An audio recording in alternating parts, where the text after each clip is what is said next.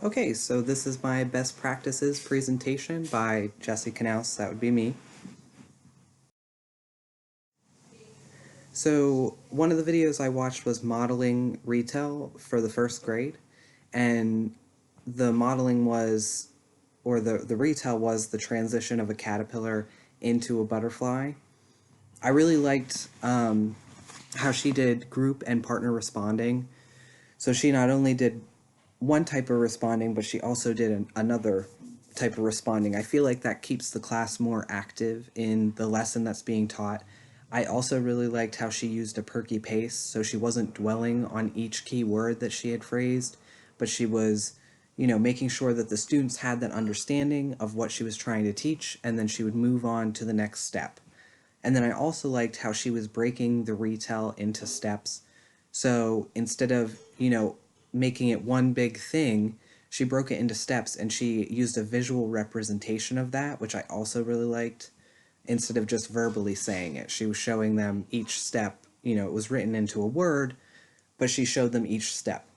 And then she broke the steps down by using key words, such as caterpillar, chrysalis, butterfly. So she was breaking it into the basic steps for how a caterpillar turns into a butterfly, which I think is important because some students, they can't, if you don't break it down into steps, they're not going to get that full picture. So I thought that was really important.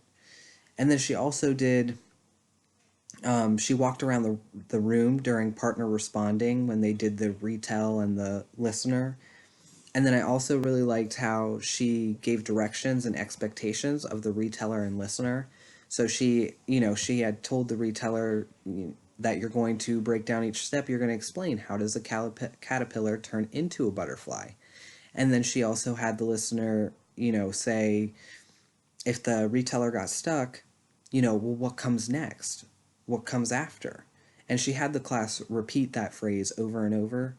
And I thought that was really smart so that each student knew that if the reteller did get stuck, you just say, well, what comes next?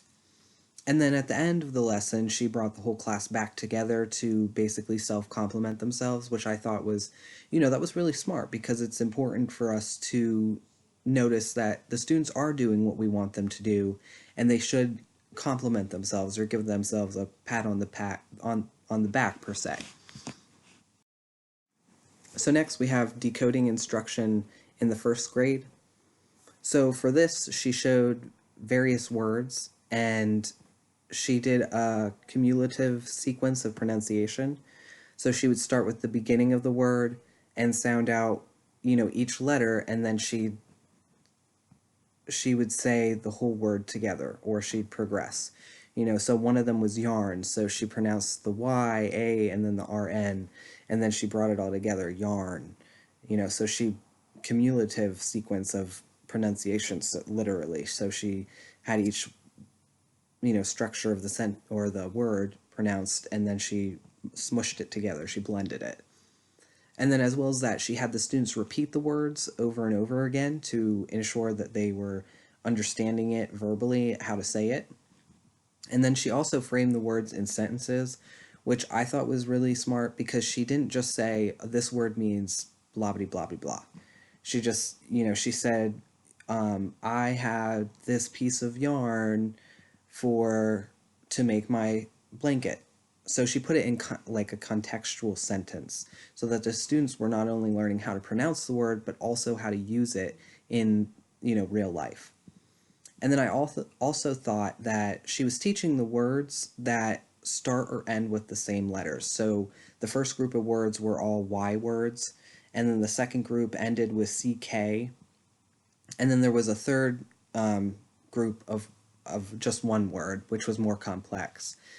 And she also did partner and group responding again, which, as I highlighted earlier, I thought was really important. But the most significant thing that I saw, as well as the start and end with the same letters, was that she started with one syllable words and progressed into two syllable words. So I thought that was really smart because she started with the easier words first and then progressed into more complex words as she went. Okay, so next we have active participation instruction in the second grade. I would have started with this slide, but I wanted to sequence this in through grade level. But I thought this one was one of the most important videos that I had watched, and probably the one that I will use the most in my classrooms. So for this video, she gave basically an expectation for class participation. She went over how she had wanted the class to participate during her lessons. So she started this by going over how to answer her questions and provided examples. And she used hand gestures to have the class answer her questions. So she said in the beginning that she didn't want hand raising. She didn't want the students to raise their hands for the lesson.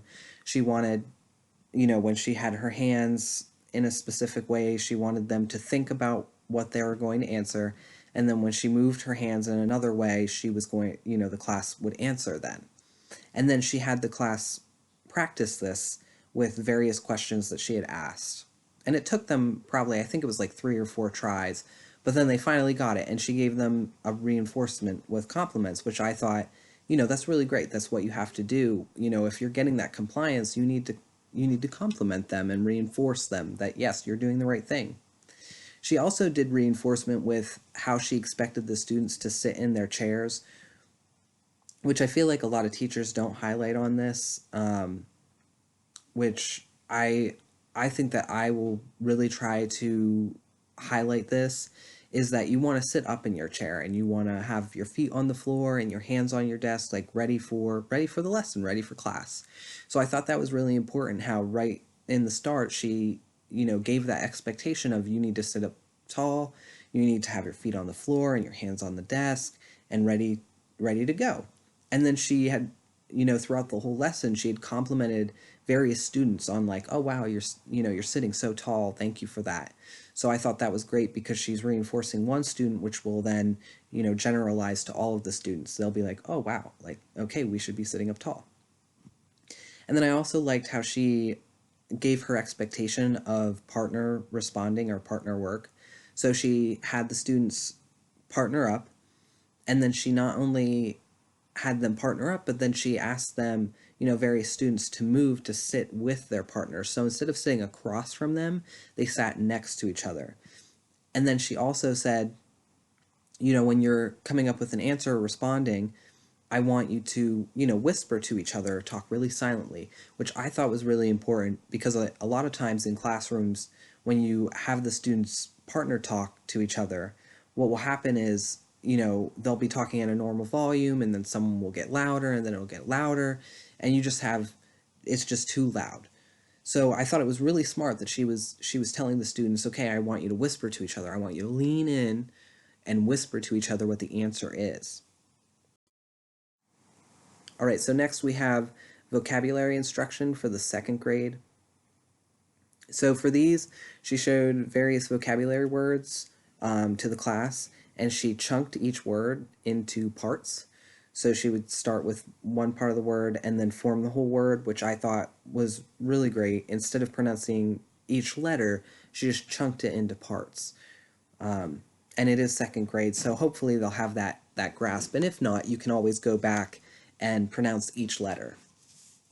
And then I also liked how she used age-appropriate definitions paired with hand gestures. The only thing that I would change about what she did there was I would use visual pictures with the students instead of hand gestures. I think that not only with the word, like a visual of the word with the definition and a visual picture, I feel like that is the strongest pairing that you could have for vocabulary instruction.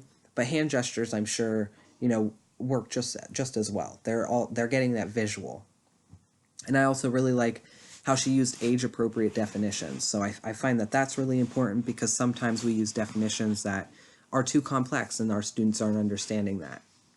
I also like that she did repetition of the words, so she had the students repeat the word back to her several times, and then she also did real world examples of those words, like using the words in real world examples.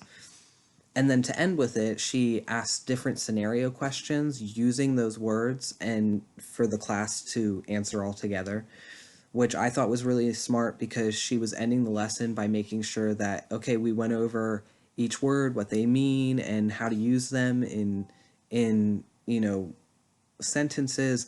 Now, are they comprehending it? So she's asking these scenario questions, and they were coming up with really good responses. Okay, so finally we have cause and effect in the third grade.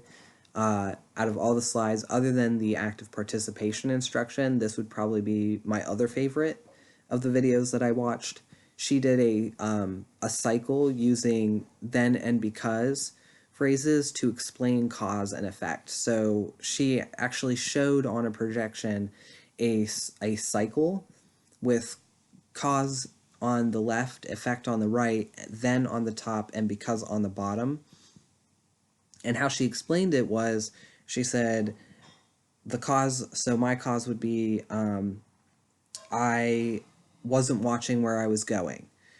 Then I fell down the steps because I wasn't watching where I was going. So she did that full cycle, and she emphasized then and because, like I did in my example, so the students would grasp, okay, this is how we are best going to understand it.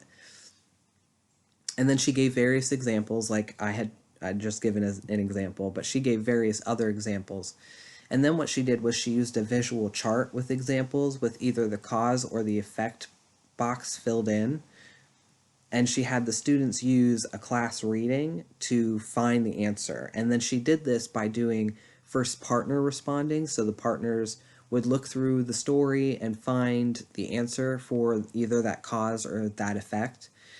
And then she would bring the class back together and do a group responding. So I thought that was really smart, because sometimes students aren't feeling like they don't feel confident in their answer, or you'll have students who, sometimes students aren't just, they're just not paying attention. So I thought it was really great how she, did the partners first to make sure, like, okay, each pair has the correct answer, and then did the group responding.